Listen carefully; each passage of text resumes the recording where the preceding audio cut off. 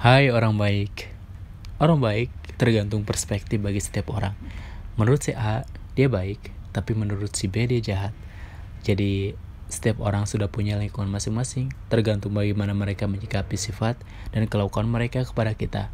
Kadang-kadang mereka mengucapkan kata-kata kasar mungkin menurut mereka bercanda, dan sebaliknya menurut orang baik itu suatu hal yang jahat atau bahkan menyakitinya.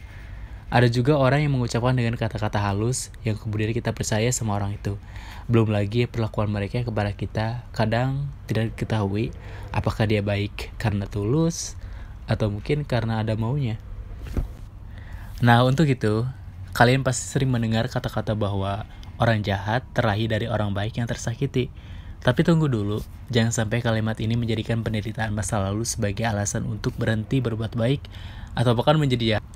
Sebab, bagaimanapun juga pengalaman disakiti di masa lalu tidak otomatis membuat kamu menjadi orang jahat. Karena perihal menjadi orang baik ataupun jahat, sepenuhnya merupakan pilihan masing-masing individu. Buat kamu yang mengaku menjadi pihak yang terbiasa tersakiti, berikut beberapa pertanyaan mungkin yang kamu sering dipertanyakan. Kenapa orang baik selalu disakitin? Kenapa orang baik selalu dimanfaatkan?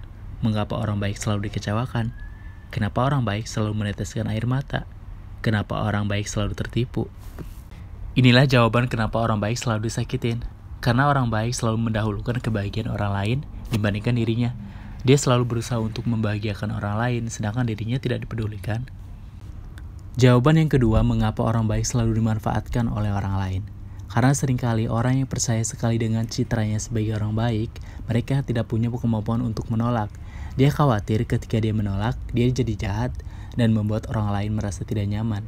Kalimat ini sering banget memicu orang baik bakal dijauhin oleh orang-orang sekitar, dan dia bisa merasa sangat bersalah karena hal ini. Karena orang baik tidak punya batasan tentang apa yang bisa dia bantu dan apa yang tidak bisa dia bantu. Lingkungannya pun menjadi terbiasa mengandalkan dia. Jawaban yang ketiga, mengapa orang baik selalu dikecewakan? Karena orang baik, semua orang anggap mereka akan berbuat baik kepadanya. Karena kita terlalu berekspektasi tinggi, perihal semua yang dianggap tidak akan mengecewakan, ingatlah, cuma diri sendiri yang kamu bisa kontrol. Orang lain mengecewakanmu karena kamu tidak bisa mengontrol mereka, karena mereka tidak ada di bawah kendalimu. Nah, balik lagi kepada diri kita sendiri, kalau kamu tulus dan ikhlas atas kebaikan yang kamu beri dan kamu lakukan kepada seseorang, kamu tidak akan pernah kecewa. Jawaban yang keempat, kenapa orang baik sering meneteskan air mata? Karena orang baik tidak ingin membagi kesedihannya kepada orang lain. Ia terbiasa mengobati sendiri lukanya dan percaya bahwa suatu hari nanti Tuhan akan mengganti kesedihannya dengan kebahagiaan. Untuk itu, buat kamu yang mengaku menjadi pihak yang terbiasa tersakiti, berikut beberapa cara yang bisa kamu lakukan agar tetap menjadi orang baik.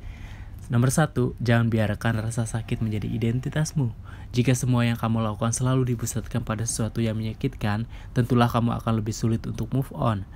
Percayalah bahwa tidak ada yang abadi di dunia ini, termasuk keadaanmu yang sering disakiti.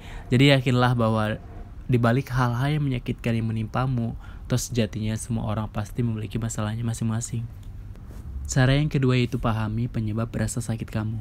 Memang mengidentifikasi dan memahami apa yang menyakitimu tidak selalu mudah, tapi umumnya rasa rendah diri, malu, trauma, dan perasaan putus asa membuat sejumlah orang sulit keluar dari perasaan tertekan dan menderita. Untuk itu, penting mencari tahu akan masalah penyebab kamu selalu berasa terluka, apakah dari luar atau dari dalam dirimu sendiri. Untuk itu tetap rileks dan sabar, semua butuh ketenangan untuk menyelesaikan masalah. Cara yang ketiga, berusahalah untuk fokus pada masa sekarang bukan yang telah berlalu. Mengenang masa lalu ternyata memiliki efek adiktif atau ketagihan. Hal ini memungkinkan kamu untuk terus menyiksa diri sendiri dengan menghidupkan kembali rasa sakit. Padahal sejatinya, bagaimanapun juga kamu tidak bisa kembali dan menemukan kebahagiaan di sana. Untuk itu, lebih baik kamu fokus dalam menjalani hari ini dan esok. Cara yang keempat yaitu memaafkan dirimu sendiri. Mungkin sebenarnya kamu tidak melakukan kesalahan, tetapi keadaan membuat kamu terus-menerus menyalahkan diri sendiri. Terlepas dari apa yang terjadi, kamu layak menjalani hari demi hari tanpa memikul beban dari masa lalu. Perbuatan baik yang telah kamu lakukan, coba ikhlaskan. Mungkin permasalahan-permasalahan orang baik itu adalah cara pemikiran mereka yang salah. Dengan maksud begini, saat kamu melakukan suatu kebaikan, awali niatmu dengan beribadah kepada Tuhanmu, maka tidak akan ada rasa pamrih di dalamnya. Jika orang yang kamu tolong justru menyakitimu, Kamu gak akan merasa tersakiti karena niatmu hanya untuk beribadah. Hatimu akan luas untuk menerima apapun yang terjadi. Dan ingatlah, Tuhanmu tidak tidur.